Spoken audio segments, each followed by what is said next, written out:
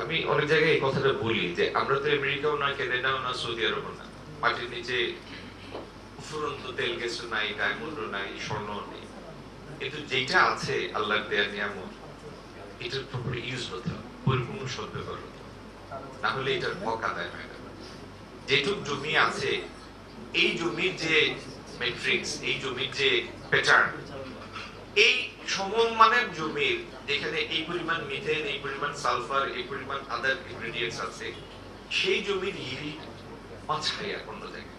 এই জন্য এই ক্ষেত্রটাকে আপনি যত বেশি প্রোডাক্টিভিটি বাড়াতে পারবেন, তারপরেও এটাকে রাষ্ট্রীয় পর্যায়ে কমফোর্ট দিতে হবে, কেয়ার নিতে হবে, এমনি এমনি কখনো ছেড়ে দেওয়া যাবে না। কারণ এটা একটা নাজুক সেক্টর, অলওয়েজ নাজুক সেক্টর।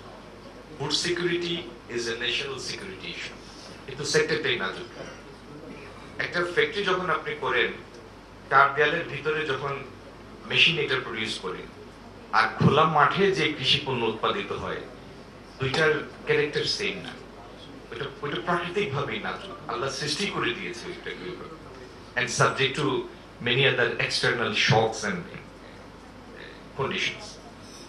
তো মোট কথা হলো, আমাদের এখানে ফুড ইনফ্লেশন কমাতে হলে লজিস্টিক কষ্ট কমাতে হবে, ইনপুট কস্টের উপর কন্ট্রোল রাখতে হবে, এবং প্রোডাক্টিভিটি আমরা যত বাড়াবো তত ফার্মারের এবিলিটিও আসবে, সে এগ্রিগেট ভ্যালু তত বেশি পাবে।